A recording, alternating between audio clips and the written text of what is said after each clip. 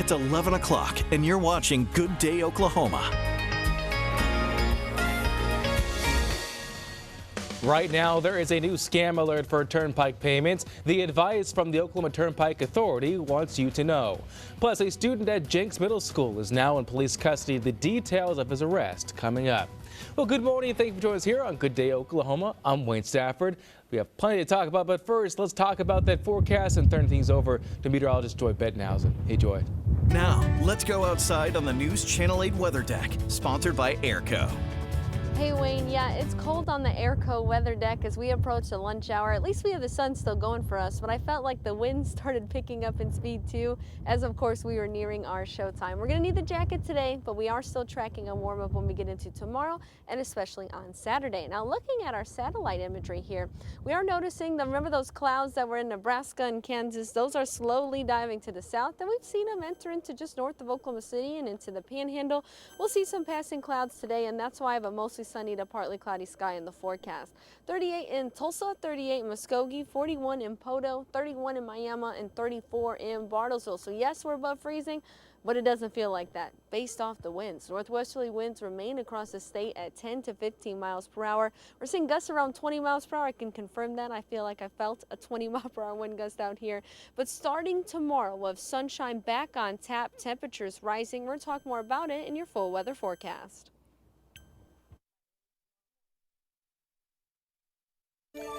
Joy, thank you. Well, we have a scam alert this morning. Some folks are getting texts from a random number telling them that they owe turnpike dues. One person got a text saying that she owes about $7. The Oklahoma Turnpike Authority tells us that they won't send bills over text and that this is a scam. So we want our customers to know that the majority of the ways we communicate are through email. So there are some people that may receive a text message that will be branded with the Harris & Harris logo as well as the OTA logo. So if you're getting a text that doesn't have those logos, it's not a legitimate text. OTA spokeswoman Lisa Salem says for trustworthy receipts, people can check their account online through pikepass.com or platepay.com if they're a PlatePay customer. She also says that if you get unverified texts, you can report them to the Internet Crime Complaint Center on ic3.gov. New details this morning. Choctaw police have released the frantic 911 call from the fire at the Forever Friends Rescue, which claimed the lives of 12 dogs and 17 goats. Take a listen. Okay, is everybody away from the structure? Go! I'm letting dogs out! Choctaw police say that 23 dogs were saved after the owner of the rescue risked her life to rescue as many dogs as she could. Officials haven't yet determined the cause of the fire. The shelter is in need of donations like dog food, blankets, and more. You can drop them off at the locations on your screen, and they also have a GoFundMe set up that you can find on our website. Jenks Middle School officials are investigating after a student pulled a knife on another student. Officials say that it happened at the 7th and 8th grade center Wednesday. The student was taken into police custody. Middle school principal Nick Brown says that those involved will be disciplined according to board policy. He adds that no students were physically harmed in the incident and classes were able to continue. The United States Supreme Court rules in favor of Brenda Andrew, the only woman on death row in Oklahoma. Andrew is convicted of killing her husband in 2001 with help from her partner, James Pavitt, who is also on death row. The Supreme Court is ordering a lower court to review whether she got a fair trial, saying the original trial focused too much on incorrect aspects of her sex life. Attorney General Gator Drum is asking the Oklahoma Pardon and Parole Board to reject death row inmate Wendell Grissom's clemency request. Now, Grissom is scheduled to be executed on March for the murder of Amber Dawn Matthews in 2005. Grissom and Jesse Johns broke into Matthews' home and shot her 3 times and shot another woman. Johns is serving a life sentence without parole. Grissom's clemency hearing is set for February 5th. A Corpus Christi police officer has been arrested on federal sex crime charges involving a teen that lives in Tulsa. 31-year-old Daniel Verduzco is facing federal charges of coercion and enticement. Tulsa police say that the 15-year-old girl's mother alerted police on January 7th. Investigators allege the victim and the officer had been communicating over Snapchat since May of 2024. Police reportedly found sexually explicit conversations and photos exchanged between the two. The evidence suggesting that they likely had sexual intercourse. Officials say that Verduzco may face additional charges in Oklahoma and Texas. Oklahoma City police arrest a woman at a senior center accused of attempting to set a man's oxygen tank on fire while threatening him with a knife. Marquetta Bates is facing charges of assault with a dangerous weapon and attempted arson. Police said officers arrived at the Geltz Senior Center to a chaotic scene. Bates was reportedly selling clothes when an altercation started, which escalated to her reportedly trying to ignite the victim's oxygen tank. The victim says that Bates pulled a knife out and threatened him with it. A former Amazon employee is in custody this morning for allegedly bringing a gun and threatening employees at the Amazon Fulfillment Center in Midwest City. Now, officials say that 21-year-old Sean Gannot was a driver for Amazon who had quit his position prior to the incident. According to the police report, Gannot went to the facility on Air Depot Boulevard on January 20th and pulled a gun on an employee who asked him to leave. The state election board announced that they've cleared hundreds of thousands of voter registrations. This year, they got rid of more than 100,000 inactive voter registrations and nearly 2,000 duplicate registrations. The board says a voter is deemed inactive if they fail to confirm their address or if they haven't participated in 2 consecutive general election cycles. Oftentimes, the voters that are removed through this inactive process are voters that are deceased. We do receive information from the state health department every single month, but sometimes voters pass away from, in other states.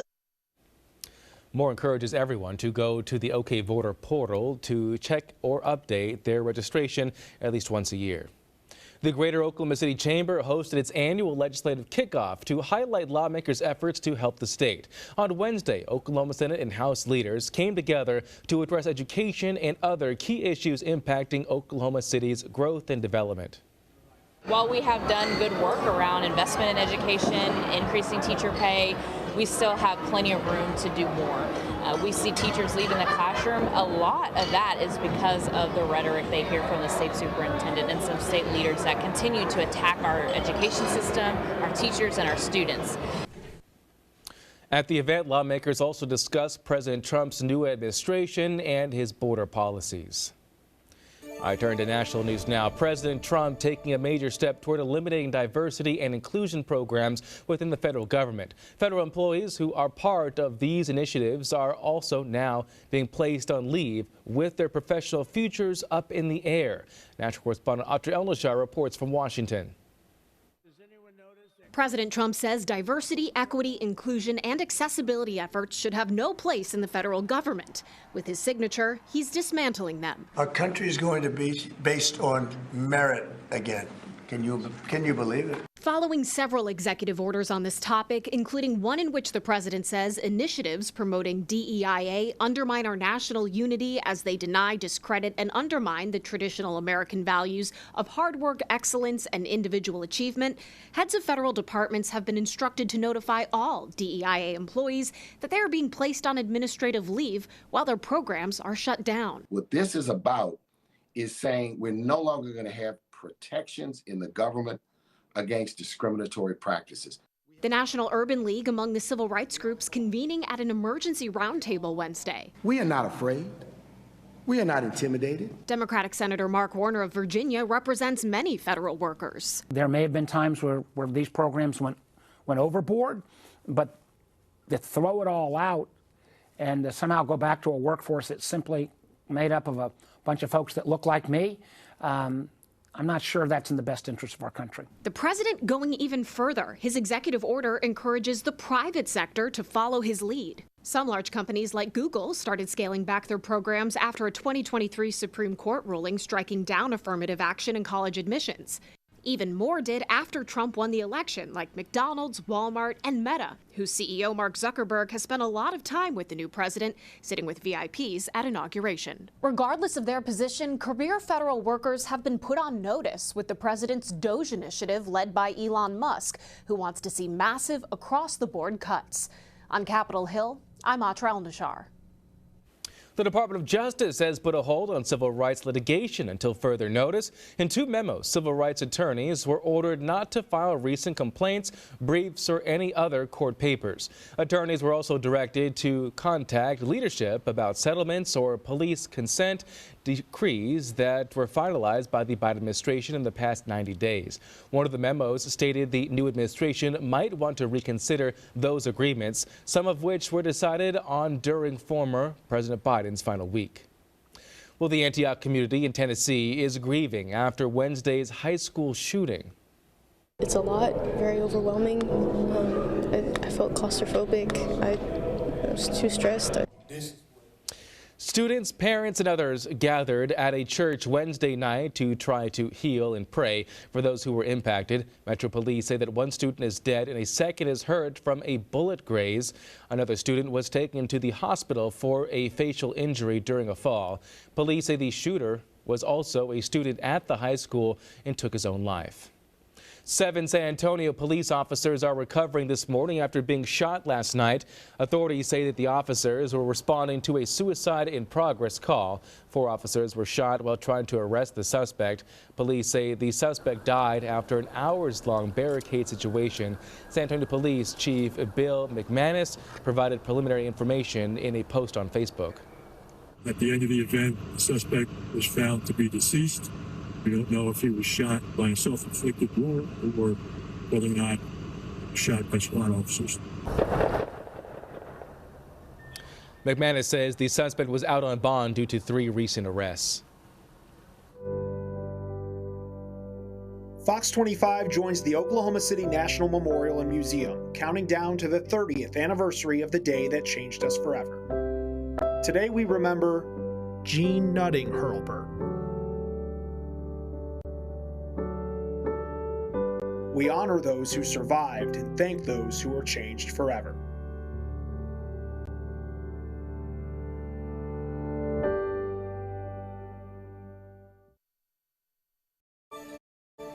Today we have an update on Tulsa's first tiny home community, whose goal is to help those in the city experiencing homelessness. Good Day Oklahoma's Lauren Henry joins us live now from Eden Village. Lauren, what can you tell us? Well, Wayne, the last time we were here, these tiny homes behind me were just being lowered onto their foundation. Now, take a look at how far these already housing individuals. We turned on the lights to our first cul-de-sac on December 18th. It was just a really emotional moment. And then by the 20th, we were moving our first neighbors into their homes. So we have 9 people living out here right now. And then we'll have another 18 homes completed about the 1st of March.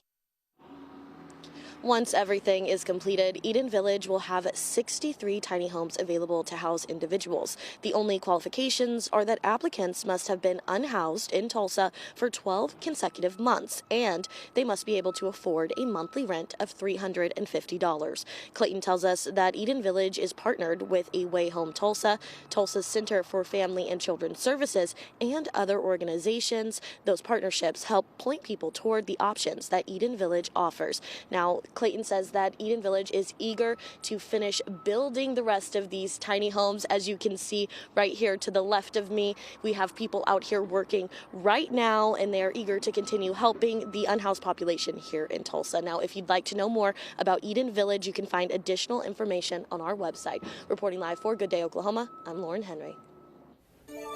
Lauren, thank you. That looks great right there. Well, Congress is sending its first bill to President Trump to sign. The House approved the Laken Riley Act today. The measure requires federal immigration law enforcement to detain unauthorized migrants if they have been charged with, arrested for, convicted of, or have admitted to certain criminal offenses. That includes theft and burglary. It comes as part of Trump's crackdown on immigration. Securing the southern border and deporting illegal immigrants from this country. President Trump is sending a very strong message to people around this world. If you are thinking about breaking the laws of the United States of America, you will be returned home, you will be arrested, you will be prosecuted. Do not come. The legislation passed the House 263 to 156 with 46 Democrats voting in favor. From the Oklahoma Ford Storm Center, your first warning forecast, certified as Tulsa's most accurate weather. Well, yesterday was pretty nice. I mean, despite the breezy wind, we had sunshine and temperatures climbed above freezing. Most of us actually ended up in the low to mid 40s range. We had a high of 44 downtown Tulsa. Our official high was 43 at the Tulsa International Airport. The only couple of cool spots we had were around Miami and Grove, where our high temperature was 39. Still not a bad day yesterday. Could have done without the wind, though, that's for sure. So essentially, we've been below freezing until yesterday. It started Saturday evening when temperatures plummeted after we hit a high of 44, and we were below freezing Sunday, Monday, Tuesday, and at least through the morning hours on Wednesday. That is a long stretch. I hope we don't have to repeat it going forward, and at least looking at our forecast, I don't think we're going to have to for a while. Highs today, remember, cooler compared to yesterday. You had that cold front that came through. Highs in the upper 30s. That northerly wind is just pumping in the cooler air, and that's why we won't really make it kind of past that 40-degree mark. Tomorrow, though, we're near 50, low 50s on Saturday. We cool down slightly with that rain chance coming in for our far southeastern counties Saturday night into Sunday. But we warm up after that. Monday, upper 40s, even 50s by Tuesday and Wednesday, so I'm looking forward to that. Essentially, we're getting closer to our average high temperature, which we should be at for the month of, or at least for most of the month of January. And we'll be close to that when we get into tomorrow, but we'll be feeling more like February, where the average high temperature is 54 when we get into next week. And I'm personally okay with that. So for today, mostly sunny too, partly cloudy skies. Highs will be in the upper 30s, low 40s south of I-40. But as we're working through today, high pressure will slide to our south.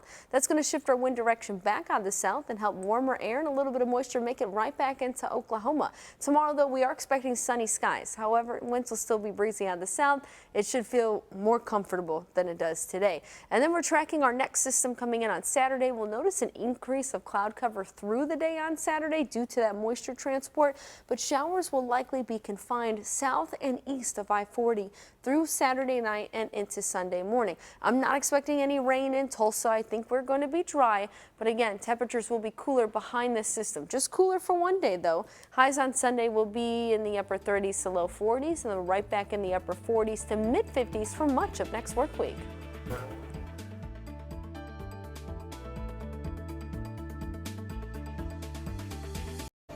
Officials warned it's shaping up to be a busy sick season as Americans face the spread of multiple viruses. According to the CDC, seasonal flu activity remains elevated across most of the country. The agency lists activity as high or very high in 33 states and Washington, D.C. CDC officials say that nationally, emergency department visits are high for diagnosed influenza and RSV, while ER visits for COVID-19 are elevated compared to last fall. The CDC also reported a surge in norovirus outbreaks last month, a contagious stomach bug. And according to the Walgreens Flu Index, Oklahoma City is the #1 city with flu activities, and they rank the state second only behind Mississippi. The Walgreens Flu Index is an interactive tool that allows users to search by market or state to see where their geographic area ranks for flu activity in any given week. The index is compiled using Walgreens' weekly prescription data for antiviral medications used to treat the flu. President Trump begins the process of pulling the U.S. out of the World Health Organization, the UN agency that oversees global health issues. It was among the dozens of executive orders he signed on his first day back in the White House. What is this one? Withdrawing from the World Health Organization, sir? Ooh, that's a big one. Well, public health experts warn pulling out could make it harder to fight future outbreaks or the next pandemic. Now, Trump first tried to cut ties with the body in July of 2020, but President Biden reversed the decision on his first day in office. President Donald Trump threatening to impose tariffs on sanctions that is, on Russia if it does not agree to end its war in Ukraine. Trump made the threat on social media Wednesday, calling out President Vladimir Putin by name. Trump argues he always had a good relationship with the Russian leader, but says it's now time to, quote, make a deal. It's not clear what additional measures Trump could take, given the Biden administration already imposed various sanctions on Russia in response to the war. Israel says it will retain control of a major border crossing into Gaza from Egypt during the first phase of the ceasefire. Israel's government said its forces will approve the movement of people and goods at the Rafah border crossing. Israel captured the Gaza side of the crossing last year. Egypt closed off the crossing shortly after. Same-sex marriage is now legal in Thailand. The Marriage Equality Act went into effect today. It gives LGBTQ+ couples the same rights as heterosexual couples. Thailand has a reputation for acceptance and inclusivity, but advocates have not been able to pass a marriage equality law for decades in a mainly conservative society. An American getting married to his Thai partner says that they have been together for 16 years and that they're happy about the change. I think many southeastern countries will follow example of Thailand and make people's life more happier, give them the more opportunity in their life. The new law makes Thailand the third place in Asia to legalize same-sex marriage. A special election on a proposed sales tax increase in Wagner County is being held next month. What this money would be used to, it passed next. Live look outside at One Oak Field right now. We're making it to the afternoon now. We'll have more on that forecast coming up.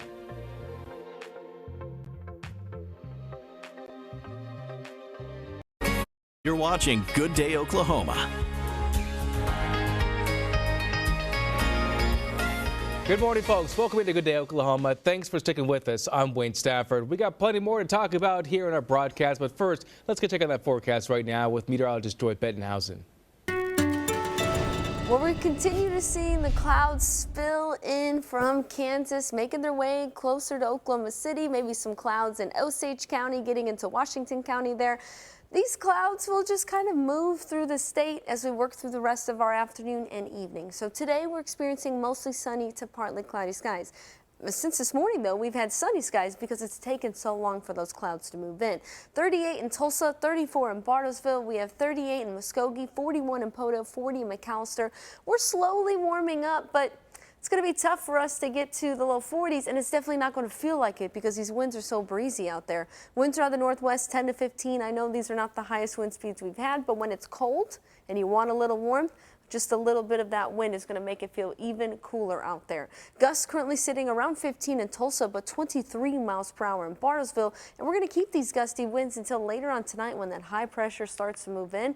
But that does mean we're warming up tomorrow, and we're tracking some rain chances too. We'll talk more about them coming up.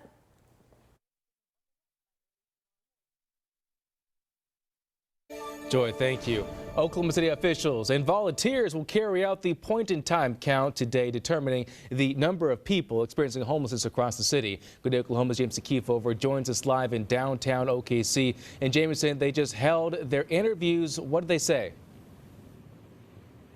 Well, Wayne, they tell us that more than 100 volunteers came out to help with this effort. And they tell us that they specifically do this in January because that means more people who are experiencing homelessness are staying in shelters, staying indoors. So they get a more accurate number of people who need help and what areas of Oklahoma City that they need to provide more resources to. So this is a survey that goes to people through HUD. So this is a nationwide effort, but here in Oklahoma City, they specifically ask a few unique questions like why you became homeless and how long you've been homeless and where you became homeless. They say that last year's results found that 85% of people who are experiencing homelessness here became homeless in Oklahoma, and 65% of people became homeless in Oklahoma City. So they said that can help them understand that people want to stay in the city despite the issues that they're facing. They can also find out why people are experiencing homelessness. They say a lot of times it's because of a failed relationship. It can also be a lack of housing, a medical incident that they couldn't pay for. So there are so many contributing factors that they're able to look at the problem holistically. And they say from here, they can figure out with their partners around the community how to best serve this community. Reporting live for Good Day Oklahoma, I'm Jameson Kiefover. Jameson, thank you. And today we have an update on Tulsa's first tiny home community, whose goal is to help those in the city experiencing homelessness. Good Day Oklahoma's Lauren Henry joins us live now from Eden Village. And Lauren, these houses look great. Yeah, Wayne, well, the last time we were here was back in October, and these tiny homes behind me were just being lowered onto their foundation. Now, take a look at how far they've come, some of them even all housing individuals. We turned on the lights to our first cul-de-sac on December 18th. It was just a really emotional moment. And then by the 20th, we were moving our first neighbors into their homes. So we have 9 people living out here right now. And then we'll have another 18 homes completed about the 1st of March. Once everything is completed, Eden Village will have 63 tiny homes available to house individuals. The only qualifications are that applicants must have been unhoused in Tulsa for 12 consecutive months, and they must be able to afford a monthly rent of $350. Clayton tells us that Eden Village is partnered with A Way Home Tulsa, Tulsa's Center for Family and Children's Services, and other organizations. Those partnerships help point people toward the options that Eden Village offers. Now, Clayton says that Eden Village is eager to continue building the rest of these tiny homes. If you take a look right here to the left of me, you have construction workers out here right now working at getting those homes up and running for those individuals. And like I said, if you want to learn more about Eden Village, more information is available on our website. Reporting live for Good Day Oklahoma, I'm Lauren Henry. Sounds great, Lauren. Thank you. Well, while spring is a few months away, Payne County Extension and 4-H are offering free seeds to those looking to get ahead of their spring garden. They're available at the OSU Extension Office, the Stillwater Public Library, and the Edmond Lowe Library. While you're there, don't forget to check out their garden planning information. And Wagner County is holding a special election next month on a proposed sales tax increase. If passed, the county sales tax would go up by 1/4 of 1%, or 1 cent that is, and the money would be used to fund a $13.5 million settlement in the death of Sharon Dalton. Dalton died from a diabetic emergency in the Wagner County Jail. County officials say that the sales tax option would allow the cost to be spread out over time. That means that our truck stops, the people that don't even live in Oklahoma, that don't live in Wagner, or that don't live in a specific geographical area will help us offset this cost, where it's not such a burden on one such a impactful geographical area. If the sales tax doesn't pass, officials say by law the money will have to come from raising property taxes. The special election will be on February 11th. Check out this story. The Tulsa Fire Department held a special ceremony to honor a local who helped someone in need during the first winter storm of the year. Kendall Hatley and his wife were driving home when they noticed their neighbor laying in their driveway. Fire officials say that the person went into cardiac arrest while shoveling snow. Well, Hatley jumped into action and started performing CPR and called 911. Tulsa Fire says that it's not often people help, but they're grateful that he did. They saw a need and they filled it, which allows us to do our job a lot better. I told Kendall that, without them doing it, this gentleman very well may not have been around the next day. The neighbor was taken to the hospital and is expected to be okay. Tulsa Fire hopes Kendall's story inspires others to get trained in CPR. Great skill to have right there. Well, Yukon Public Schools has announced that Keith Sinor has been named the district's new superintendent. He shared with us how he got his passion for teaching. I've met some really amazing educators who have had impact on kids, and just the way kids have touched me in my in my journey. I'm just passionate about serving kids and helping them write their best story. He attended the University of Oklahoma and previously worked as a social studies teacher and coach at OKCPS. Several Oklahoma restaurants and chefs have been named semifinalists for one of the most prestigious awards in the culinary world. The James Beard Foundation announced its 2025 Restaurant and Chef Awards semifinalists. Elliot Nelson, who owns McNally's Group, is a semifinalist for Outstanding Restaurateur. None Such has been named a semifinalist in the Outstanding Restaurant category. Meanwhile, in Tulsa, Lisa Beckland at Farm Bar has earned a semifinalist spot in the Outstanding Chef category, and Kat Cox was recognized for Outstanding Pastry Chef. Nominees will be announced April 2nd. Students and teachers got the chance to get their hands on the different STEM activities and technologies Oklahoma has to offer. The Cherokee Nation hosted its annual STEM Fest event Wednesday with more than 20 organizations and vendors for students to explore. The nation held this event to provide extra resources and support to underrepresented rural areas and to encourage students to see the potential in STEM fields. Through Cherokee Nation, you can check out those technologies, have an expert come to your school and facilitate that with your class without having to purchase the kits, and it's free to any school in the Cherokee Nation. Organizers say that it's important for them to do this event every year so young students can learn the different career paths STEM has to offer. Tulsa County Parks is raising the standard for public baseball with a new complex at O'Brien Park. County officials broke ground on 2 state-of-the-art artificial turf baseball fields at the O'Brien Park Sports Complex. It comes almost 6 years after flooding caused extensive damage. The upgraded facilities will feature shaded spectator stands, modern dugouts, and fully digital score and video boards.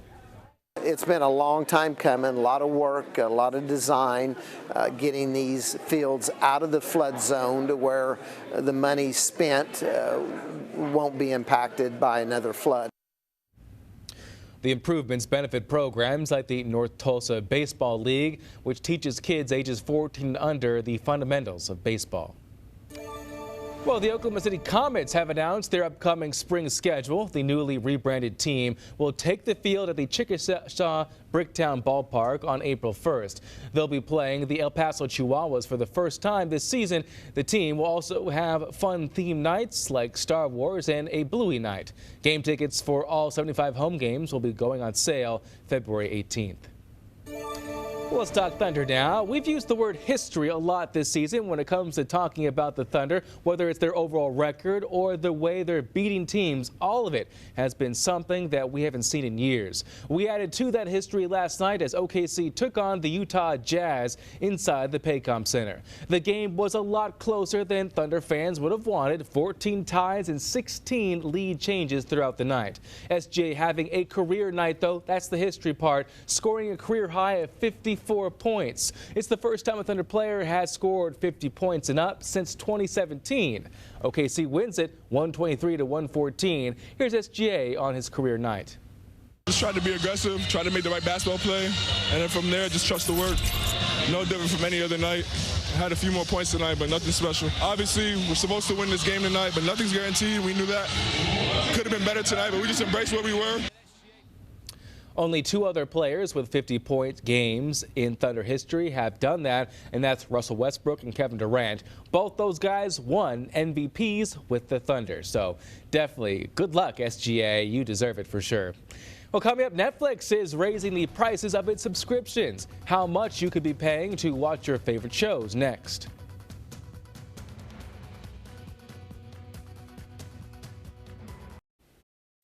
Hey folks, we're back. Live look at downtown Tulsa. Looking great, hustling and bustling out there as we're almost at the afternoon hour right now here on a Thursday. Let's take a look at those consumer headlines now. President Trump repealed former President AI, which had requirements for developers and safety standards. It's unclear what Trump is replacing it with, if anything, but his administration is investing billions of dollars in the private sector to build AI. Some advocates worry the advanced technology will run wild, but experts dismiss the concerns and say Trump's move will allow the U.S. to set the standards instead of other countries like China.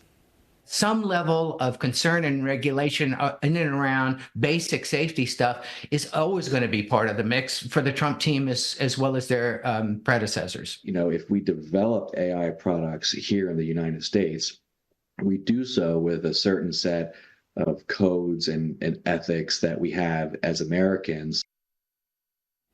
Well, Trump was actually the first president to issue an AI framework in 2019, and it included safety guidelines, many of which Biden built off of in his executive order. Well, the Spanish version of the White House website has been down since President Trump's inauguration on Monday. A White House official says the administration is bringing back the Spanish translation section of the website, but it did not give a timeline. Some Hispanic advocacy group leaders have said that they're frustrated at what they call a lack of effort to keep communication with the Latino community. The Spanish version of the page was also down in 2017 during the first Trump administration, and the White House officials said that it would be reinstated. President Joe Biden reinstated that page when he took office in 2021. Netflix is raising the price of its monthly plans in the U.S. again. The streaming network announced its premium plan will now cost $24.99. That is, the standard plan without ads increases to $17.99, and the more affordable plan with ads will go up to $7.99. The company has also said it plans to raise prices for consumers in Canada, Portugal, and Argentina. This is the third time Netflix has raised its prices. From the Oklahoma Ford Storm Center, your first warning forecast, certified as Tulsa's most accurate weather. Our latest drought monitor data is in, and there's only been a slight change. Otherwise, most of this has been left untouched, which we told you this morning. Well, we haven't had a whole lot of precipitation, so it's not surprising. The only difference is this abnormally dry conditions area has expanded a little bit closer to Tulsa in our northeastern corner of Green Country. Otherwise, we're still dealing with severe drought, this splotch right here in Kake County, moderate drought extending south towards Stillwater and as well as near Ardmore, and abnormally dry conditions across the Red River. So we need some rain. I mean, I think we could all agree there, just not in the form of snow, please. Half-inch so far in terms of our liquid precipitation. Remember, we've got to melt our snow down and take the liquid equivalent. Then we add it to our rainfall total. 1.24 is our normal, where we kind of should be at. And last year, we were over this. We had over 2 inches of rainfall. So we've got some coming our way, not necessarily for Tulsa, but late Saturday night through at least the first half of Sunday, we'll see light rain showers possible, mainly south and east of I-40. I'm not going to rule out a sprinkle that is in Wagner County, but essentially we're negating all rain chances for Tulsa and areas to the north and west. I'm liking Wednesday's rain chance, though. I think we're starting to see data pick up on this, and it looks like maybe we could see some widespread rain. Although totals are not that high yet, we're a little less than a week out, so normally this is a time frame where we start to see kind of data lock in and if it's going to happen or not. But right now it looks like up to a half inch will be possible south of Tulsa. Of course, higher amounts possible in the southeastern corner and along the Red River. So for us today, we know we see the clouds streaming in from Kansas. Will be mostly sunny to partly cloudy, a little bit of a northwesterly breeze, and temperatures topping out in the upper 30s to low 40s. Come tonight, high pressure will settle in, shift our winds out of the south.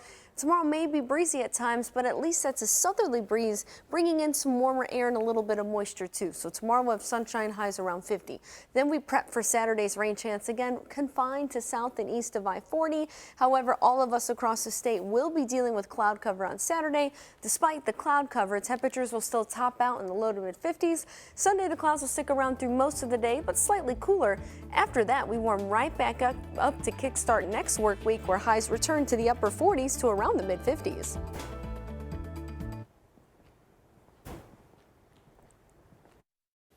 KOKH is here to share a valuable piece of tech that is a powerful part of any emergency preparedness kit. See what it can do for you and get it at a money-saving price. It's time for America's Steals and Deals. The following segment is sponsored by Knocking. Have you seen the footage of the storms taking place, the tornadoes and the hurricanes that have knocked out power to millions? Well, what would you do if you were in that situation? Are you prepared? That's why our friends at Eton have partnered with the American Red Cross, really experts when it comes to being prepared for an emergency, with their multi-band radio and also charger. So this is power, this is light, this is access to information really in the palm of my hand. I love how lightweight and convenient it is. And so the power, it comes to 5 different ways. It has a solar panel on it to recharge the unit. You can use batteries, so you can put traditional batteries in it. It has a hand crank in it, and it has a rechargeable USB port as well. So always have power that even allows you to recharge your phone or tablet, which in my household with kids is the real emergency, a dead tablet. Now this also has a radio, AM, FM. It also has a weather band as well as shortwave radio. So always giving you that access to information. And then when it comes to light, this also has a flashlight, and it also has a red LED, so if you need that strobe light as well. Right now we're offering 25% off on the Eton Odyssey. Head to asadeals.com for this exclusive offer.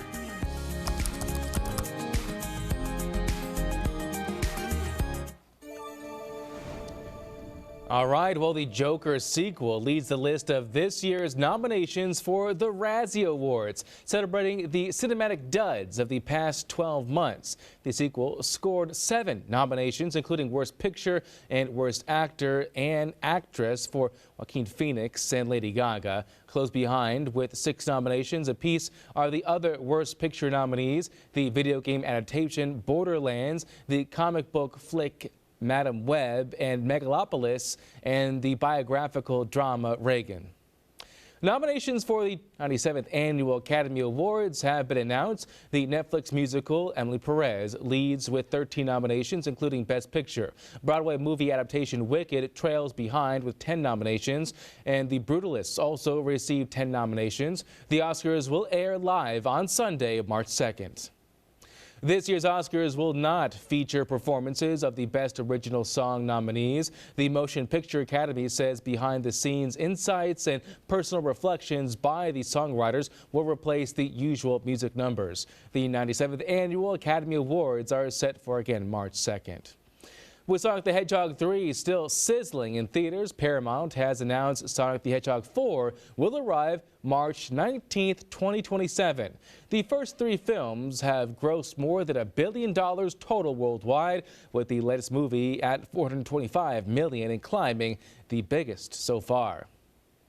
Well, check this out. Oreo is partnering with singer Post Malone for its next limited edition cookie. It's the first Oreo cookie with a swirled cream, salted caramel, and shortbread flavor. Creams are sandwiched between chocolate cookie and a golden cookie, half and half.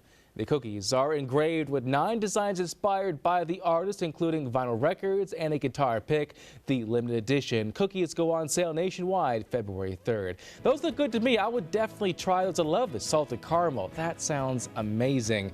Give me 10. I'll eat a sleeve right away. All right, folks, that's it for us here on a Thursday. Have a great day. We'll see you back tomorrow.